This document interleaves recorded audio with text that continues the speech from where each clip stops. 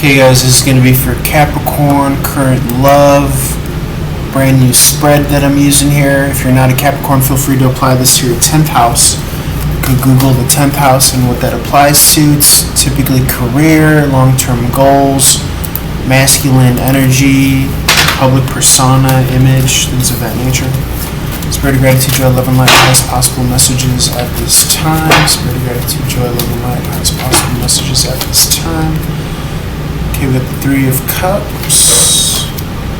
I'm going to go through the placements in a second.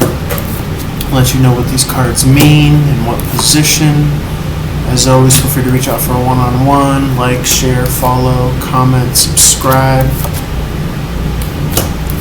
Accepting tips and donations. Cash App, PayPal, Venmo as well. On the website or in the description box below or in the bio, depending on where you're viewing this. The full reading is going to be on YouTube for the Instagram, TikTok viewers. Okay, so first and foremost, we have the Three of Cups in the position of how they feel about you. So this is a fun, happy-go-lucky time here. This is an enjoyable time. This is drinks flowing, just enjoying each other's company. This could be a flirtatious energy as well. They view you as a good time, Capricorn, or a cross-watcher. This could even be someone at work, if there's no particular person that you know specifically that this reading pertains to. Because again, that 10th house is about career. As far as their true intentions, we have the second placement here, the second pool, the King of Pentacles in the upright. They want stability, they value they value quality. The King here is obviously a higher ranking court card here. So they could be wanting to look for that, very significant, prominent, masculine energy in their lives. It could be their heart's desire.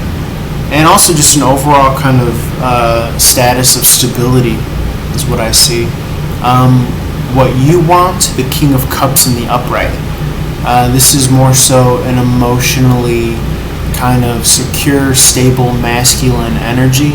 Obviously, it doesn't have to be gender specific. It could just be some of the attributes that you want to see in a partner. Someone who's emotionally kind of balanced and even keel, responsible and accountable. What they want is the Star card. They want their wishes fulfilled. It could be that they're viewing you as that kind of object of affection and desire that you kind of see this King holding here. Obviously, the court cards don't apply to the gender. Non-gender specific. The fifth placement is going to be what brings you guys together. This is going to be the Six of Cups in the reverse. This can be read as like no longer being in the friend zone or no longer making nice, but rather kind of evolving out of that phase to the next step, which would ideally be the Two of Cups. And we'll see if that kind of transfers out here as we do some of the tarot math in a little bit.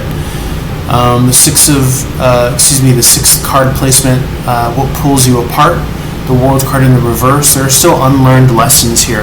There are still kind of things that need to be tied together and understood between the both of you. The energy around the relationship is the seventh placement in this spread. This is the Nine of Wands in the reverse. This has to do with letting bygones be bygones. This has to do with putting down your baggage, putting down, bitter resentment, not carrying it with you, putting down having to work so hard.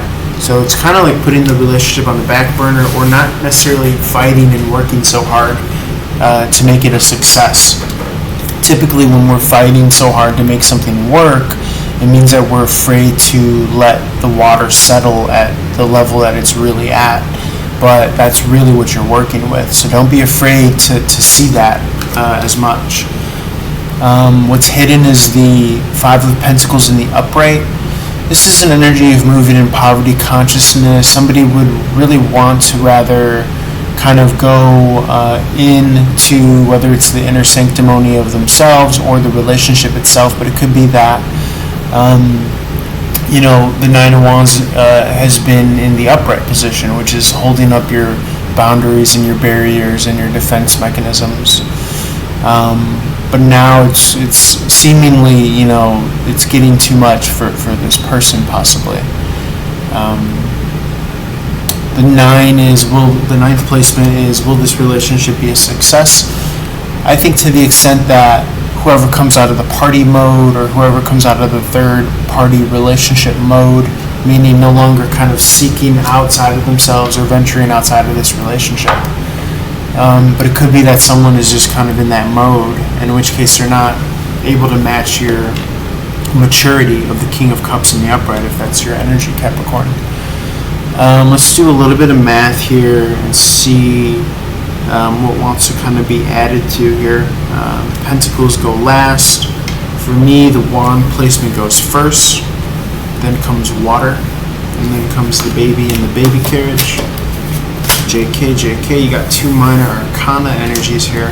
So we're looking at the 6 of Pentacles here for what's added up here. I like to do tarot math and add up some of the similar elements. 6 of Pentacles in the upright is about a fair exchange. It's about balance of priority, balance of value that you see in one another.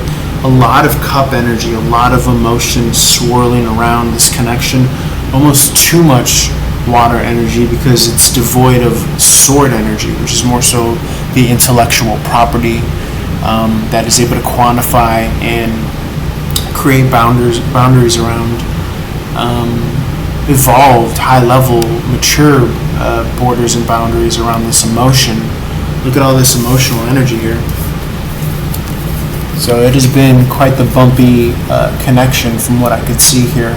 Ultimately, these 2 versions of the 3 of Cups in this deck offset, and then you have the 5 of Cups in the reverse that's left over. So the 5 of Cups in the reverse is about a solo journey.